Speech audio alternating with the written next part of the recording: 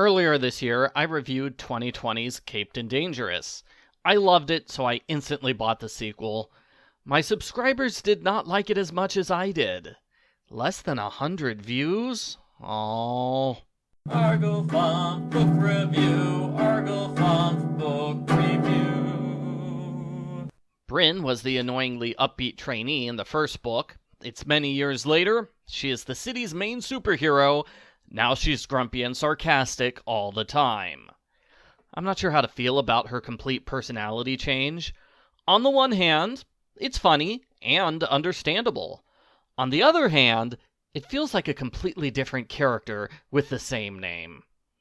A new group of villains attacks the town. Bryn is forced to get help from Declan, whose superpower is super hotness. I'm only half kidding. Due to his super strength, his normal body temperature is 110 degrees. That means he always goes around without a shirt on, showing off his amazing muscles. His other superpower is talking to animals, which is mostly played for laughs. Because Declan is a former supervillain, he spends all his time at a remote cabin where he chops firewood and laments over his tragic backstory. He and Bryn are instantly attracted to each other, but they don't want to admit it. This is a good time to mention the book is a romance novel for adults. There's adult language and adult situations. And honestly, the first 2/3 of the book could have been a standard romance novel without any reference to superheroes. There is not a whole lot of superheroing going on.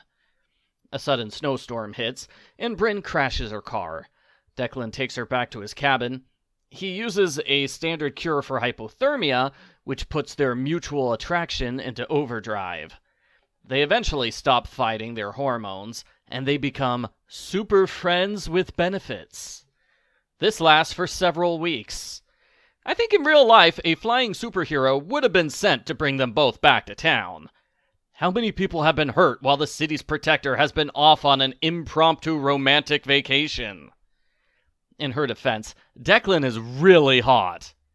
I mean, in her defense, there are 2 substitute heroes while Bryn is gone. Unfortunately, I think they were both brought in from the League of Super Losers. One faints at the sight of danger, the other is a self-important jerk. There are a lot of good jokes which make fun of them. Bryn finds herself slowly falling in love with Declan. She dreads the thought of leaving him. He feels the same way, and they become official partners when she has to return to the city. The final third of the book is the superhero stuff. They discover who's responsible for the villain attacks. It's a man who's seeking revenge for the destruction of his neighborhood. He mistakenly thinks the superheroes are to blame when it's the corrupt mayor's fault. The mayor forbade all heroes from stopping crime in the area. All of the characters from the first book return for this section. It would be awkward if they showed up during the weeks of cabin romance. This was my favorite part of the book. It's the funniest. Grumpy superheroes being extra sarcastic is definitely something that you would see in a superhero movie. The big showdown is when the villain attacks during a wedding. Our heroes can't disable the bomb, so they purposely detonate it inside a secure safe room. Bryn's kidney is hurt in the explosion, so she's forced to retire from active duty, which means she has far more time for adult activities with Declan. That's where the book ends.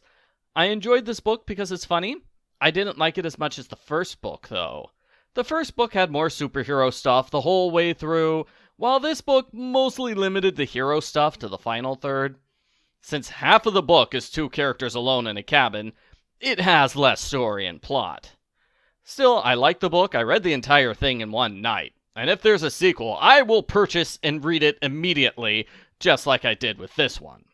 I give Grumpy Superheroes number 2, Caped and Fabulous, 4 stars out of 5.